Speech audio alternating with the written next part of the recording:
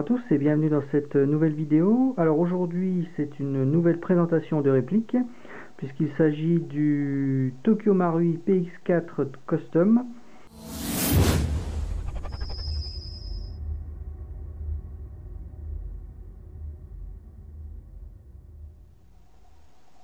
Alors on va déjà commencer par la boîte. Donc une simple boîte en carton, enfin le couvercle en carton, présentant un autocollant avec la réplique représentée dessus.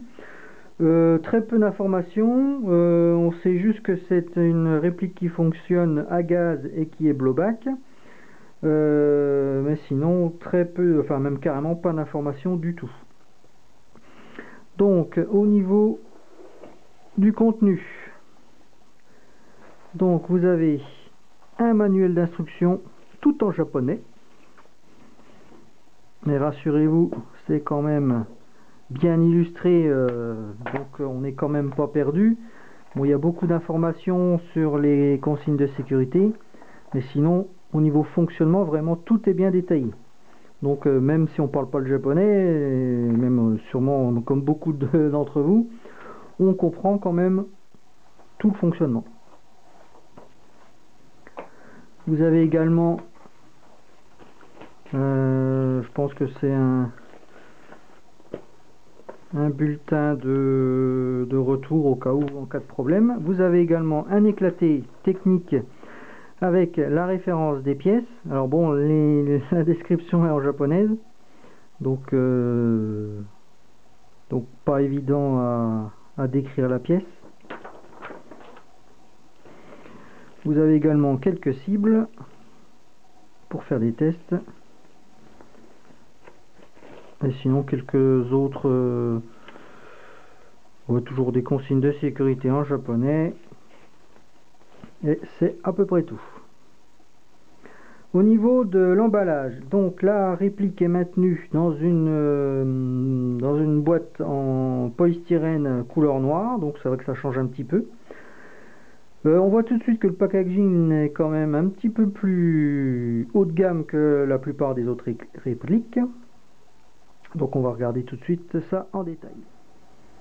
Alors le contenu, donc vous avez la réplique bien sûr avec un chargeur. Vous avez une petite tigette de nettoyage des bourrages, donc ça c'est plutôt pas mal. Ici vous avez un petit sachet de billes. Le grammage n'est pas précisé, mais je pense que ça doit être de la 0,20 g. Vous avez également deux petites pièces que vous pouvez insérer à l'intérieur du chargeur pour pouvoir tirer à vide. Donc même sans billes, vous pouvez manipuler, ou bien si vous voulez tourner un court métrage par exemple, ça peut servir aussi. Et vous avez deux grippes supplémentaires, grippes qu'on peut positionner à l'arrière de la crosse. Les deux grippes, donc c'est taille S et taille L. Celui monté par défaut c'est le M, donc moyen. Alors donc on va sortir à la réplique. Alors remarquez qu'elle est livrée avec un bouchon de sécurité en caoutchouc, donc ça c'est quand même plutôt pas mal. Alors par contre assez dur à retirer. Ah, voilà. Donc la réplique est constituée essentiellement d'ABS. Il y a quelques parties métalliques, les contrôles bien sûr, la queue de détente, les organes de visée, la sécurité, l'arrêtoire de culasse, le marteau. Quelques pièces internes bien sûr, les plus sollicitées sont également en métal. J'ai oublié bien sûr l'arrêtoire de chargeur qui est également en métal. Chargeur, bah tiens justement je vais y venir. Donc c'est un chargeur qui contient, donc qui est métallique déjà, hormis les lèvres, la plaquette élévatrice et le talon de chargeur qui sont en ABS. Il peut contenir 24 billes que l'on met en quinconce. Donc on baisse la plaquette. Alors par contre la plaquette ne se bloque pas en bas, c'est bien dommage. Et ensuite ici on insère donc les billes en quinconce. Au niveau marquage, donc vous avez ici un PX4 calibre 9 para Tokyo Marui Made in Japan. Et ici la représentation, enfin C'est ce qui est censé pouvoir nous permettre de visualiser le nombre de cartouches restantes, mais bon là dans notre cas ça nous sert pas. Vous avez le bouton de purge ici, la valve de chargement qui se trouve au cul donc. Alors au niveau des caractéristiques techniques, donc on est sur une réplique qui mesure environ 190 mm, donc assez courte. Pour un poids de, on va peser tout de suite. Donc on est à 829 grammes avec le chargeur. Ce qui est quand même un bon poids malgré le fait qu'elle soit quasiment entièrement en ABS. Donc c'est quand même plutôt sympa. Au niveau de la puissance, on tourne aux alentours de 0,8-0,9 joules. On est aux alentours de 280-290 fps. Donc impeccable pour faire du CQB. Le canon, c'est un canon 6,04. Par contre, j'ai pas la longueur, j'ai pas réussi à trouver. Enfin bon, je vous le mettrai dans la description si je trouve. Je sais qu'il est pas très long, mais par contre, il a une assez bonne précision, assez bonne portée. On tourne aux alentours de 30 mètres sans problème, avec une précision. On touche un tronc d'arbre qui fait 30 ou 40 cm de diamètre, quoi. Donc largement un tronc humain. Donc de ce côté-là, c'est plutôt pas mal. Alors au niveau de la manipulation de la réplique, donc comme je disais tout à l'heure, c'est une réplique blowback, donc à culasse mobile. L'arrêtoir de culasse se trouve ici, il n'est pas ambidex par contre.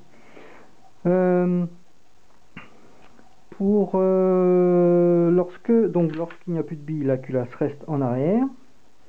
Et bien sûr, si une fois que vous avez réenclenché un nouveau chargeur, vous pouvez power-stroker la réplique. Ensuite, elle est équipée donc d'une sécurité qui, elle, par contre, est ambidextre. Donc, lorsque le point rouge est visible, vous pouvez tirer. Elle a un décoqueur, c'est-à-dire que lorsque, comme ici, le marteau est alarmé, vous l'actionnez vers le bas, donc ça désengage le marteau et également la queue de détente. Donc à partir de là, la sécurité est enclenchée et on ne peut plus rien faire. Par contre, cette réplique fonctionne aussi bien en double action qu'en simple action, comme ici. Au niveau réactivité de la détente, elle est assez... attendez, je vais enlever le chargeur. Elle est assez performante, je trouve. Là, le coup part. Et le trigger reset est assez court. Vous voyez là, je peux déjà démarrer un autre cycle de tir. Donc franchement, on peut enchaîner les tirs assez rapidement. Donc c'est quand même très bien, c'est quand même très bien. Voilà. Alors concernant le réglage du hop-up, donc on peut y accéder directement par la fenêtre d'éjection. Par contre, conseil, je vous recommande de retirer le chargeur pour que vous ayez plus de place. À l'intérieur, vous avez une molette grise, alors qu'on va tenter d'apercevoir. Voilà. Donc c'est cette molette qu'il faut tourner pour régler le hop-up. Alors au niveau des organes de visée, donc vous avez un cran de mire, un guidon, 3 points blancs à aligner. Ils sont absolument pas réglables, mais bon, pas besoin vraiment de... C'est pas une arme de tir sportif, hein, donc l'essentiel, on aligne tout et ça va à peu près là où vous visez. Alors petit truc sympa, c'est que Tokyo Marui a reproduit l'effet du vrai PX4, c'est-à-dire le canon a une légère rotation au moment du tir. Alors je sais pas si on va le voir. Donc ça se situe ici. Lorsqu'on recule la culasse, vous voyez, il fait un huitième de tour, on va dire, sur lui-même. C'est-à-dire que sur l'arme originale, c'est pour légèrement atténuer le recul. Bon, en airsoft ça sert à rien, mais ça a été quand même sympa de reproduire l'effet. Pour retirer la culasse pour l'entretien, alors déjà il faut enlever le chargeur, armer la culasse comme ici, et vous avez ici deux boutons, un peu comme le même principe que les Glock 17. Donc vous abaissez le tout vers le bas, vous reculez légèrement la culasse, et vous amenez le tout vers l'avant, donc il y a tout qui sort. Donc là on voit hein, le ressort récupérateur avec la tige guide. Donc ça se démonte assez facilement. Quand je dis facilement, c'est vraiment facilement. Hein. Voilà. Donc après vous pouvez faire l'entretien. Donc vous pouvez remarquer qu'il y a quelques petites parties métalliques à l'intérieur. Là, à l'endroit où il y a l'arrêteur de culasse, bien sûr, il y a un renfort métallique. Et donc ensuite, pour leur montage, il suffit de présenter la culasse sur ses rails. Et voilà.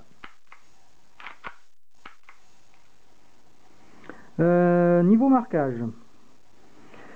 Alors, des marquages plutôt bien faits, gravés dans la masse. Oui, mais voilà, ils sont absolument pas RS. Je m'explique.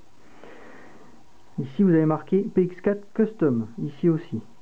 Sur le vrai, c'est PX4 Storm. Ensuite, le logo Beretta, entre guillemets, présenté ici, n'est pas réaliste. Ici, vous voyez un cercle avec trois glaives ornés de blasons, enfin de genre bouclier, ce genre de truc. Le vrai logo Beretta, en fait, c'est trois flèches avec deux ronds représentant des cibles. Donc absolument pas ce logo. Alors c'est vrai que quand on fait pas gaffe, c'est le logo Beretta, mais non, absolument pas. Ensuite, donc idem hein, ici, et puis bien sûr le ASGK Tokyo Marui Made in Japan. Bon, mais cela dit, ils sont quand même bien faits. Ils ne jurent pas, je trouve. Ça reste très très très correct. Vous avez un numéro de série qui se trouve ici, mais je pense qu'il doit être identique pour toutes les répliques. Numéro de série répété en dessous avec une petite plaquette et également répété sur le canon externe avec un petit marquage 9 para dessus. Vous avez ici un rail type Picatinny, donc ça va vous permettre de monter une lampe, un laser ou une poignée tactique. Non, je déconne. Alors pour retirer la plaquette qui se trouve au dos, donc vous avez un bouton ici, donc il suffit d'appuyer et de tirer, voilà, et de tirer vers l'arrière le grip pour le remettre. Vous maintenez appuyé, vous enclenchez et vous relâchez. Voilà. Alors concernant le gaz à utiliser, comme il s'agit d'une réplique à culasse plastique, donc ABS, faut pas utiliser n'importe quel gaz, faut pas utiliser des gaz trop puissants. Donc l'idéal c'est de prendre des gaz style HFC 134 ou HFC 144. Donc moi j'utilise deux gaz, donc le Walter Airsoft Gas Blue Gas, donc qui est vraiment prévu pour toutes les répliques à culasse plastique, ou alors le eBay Predator Gun Gas 144A, donc lui aussi étudié pour les répliques à culasse plastique. Donc voilà, cette présentation est terminée, j'espère qu'elle vous aura plu, donc n'hésitez pas à commenter, liker et à vous abonner comme d'habitude. Et sur ce, je vous souhaite une bonne journée, que l'airsoft soit avec vous et à la prochaine. Ciao!